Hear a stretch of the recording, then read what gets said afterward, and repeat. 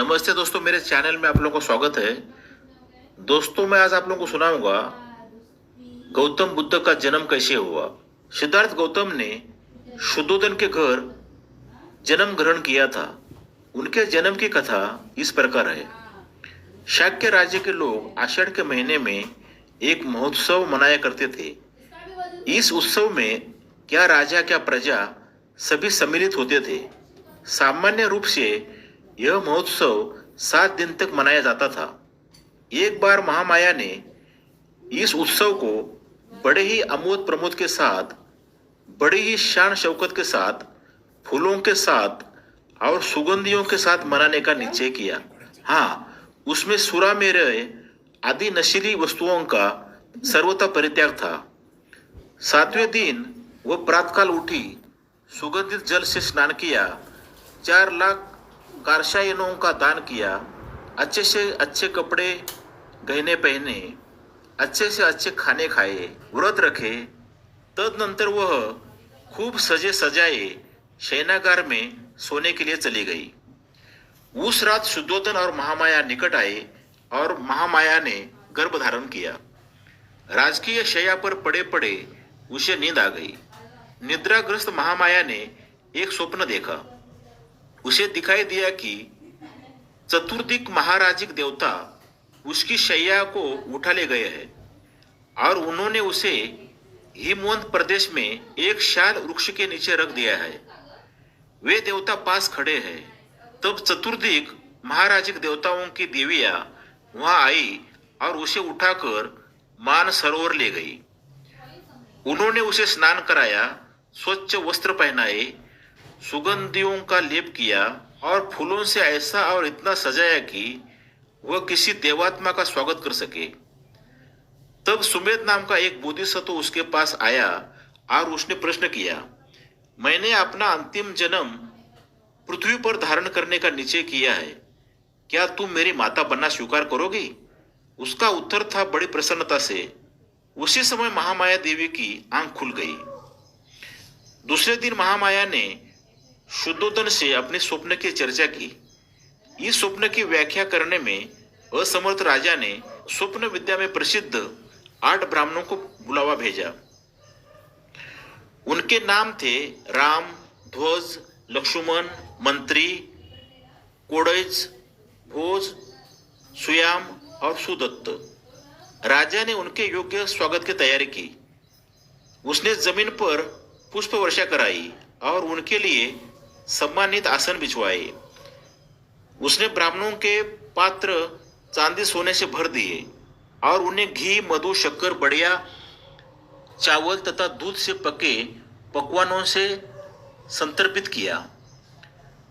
जब ब्राह्मण खा पीकर प्रसन्न हो गए, शुद्धोधन ने उन्हें महामाया का स्वप्न सुनाया और पूछा, मुझे इसका अर्थ बताओ।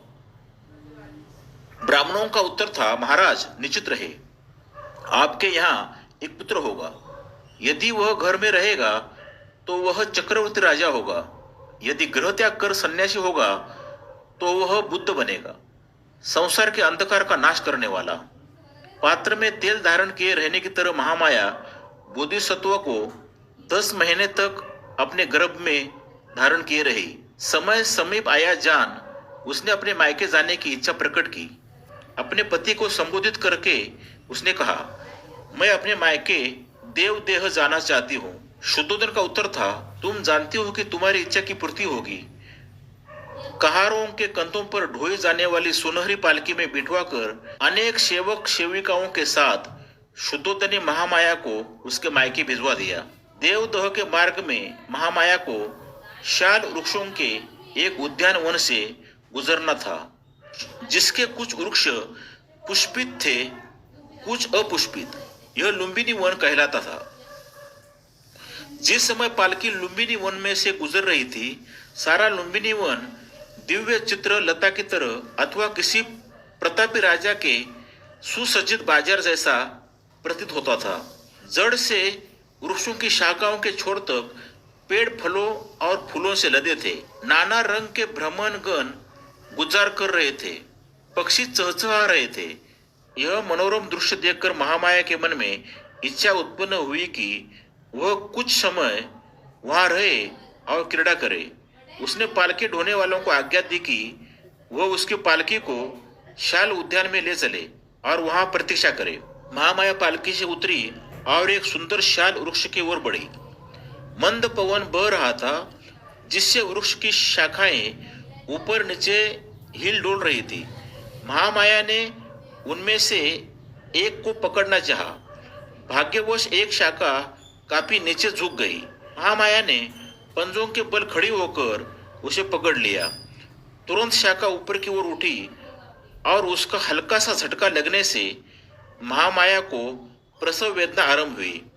उस शाल वृक्ष की शाखा पकड़े खड़े खड़े ही महामाया ने एक पुत्र को जन्म दिया। 563 ईसा पूर्व में वैशाख पूर्णिमा के दिन बालक ने जन्म ग्रहण किया। शुद्धोधन और महामाया का विवाह हुए बहुत समय बीत गया था, लेकिन उन्हें कोई संतान नहीं हुई थी। आखिर जब पुत्र लाभ हुआ तो न केवल शुद्धोधन और उसके परिवार द्वारा बल्कि सभी शाक्यों द्वारा पुत्र महोत्सव बड़ी ही शान बान और बड़े ही ठाट बाट के साथ अत्यंत प्रसन्नता पूर्वक मनाया गया। बालक के जन्म के समय अपनी बारी से शुद्धोधन पर कपिल वस्तु का शासन करने की जिम्मेदारी थी। वह राजा कहलाया और इसीलिए स्वाभाविक तौर पर बालक भी राजकुमार। दोस्तों, आज के लिए इतना ही। अगर ये वीडियो आप लोगों को पसंद आया होगा तो लाइक शेयर एंड कमेंट जरूर कीजिएगा और सब्सक्राइब करना ना भूलिएगा। नमो बुद्धाय।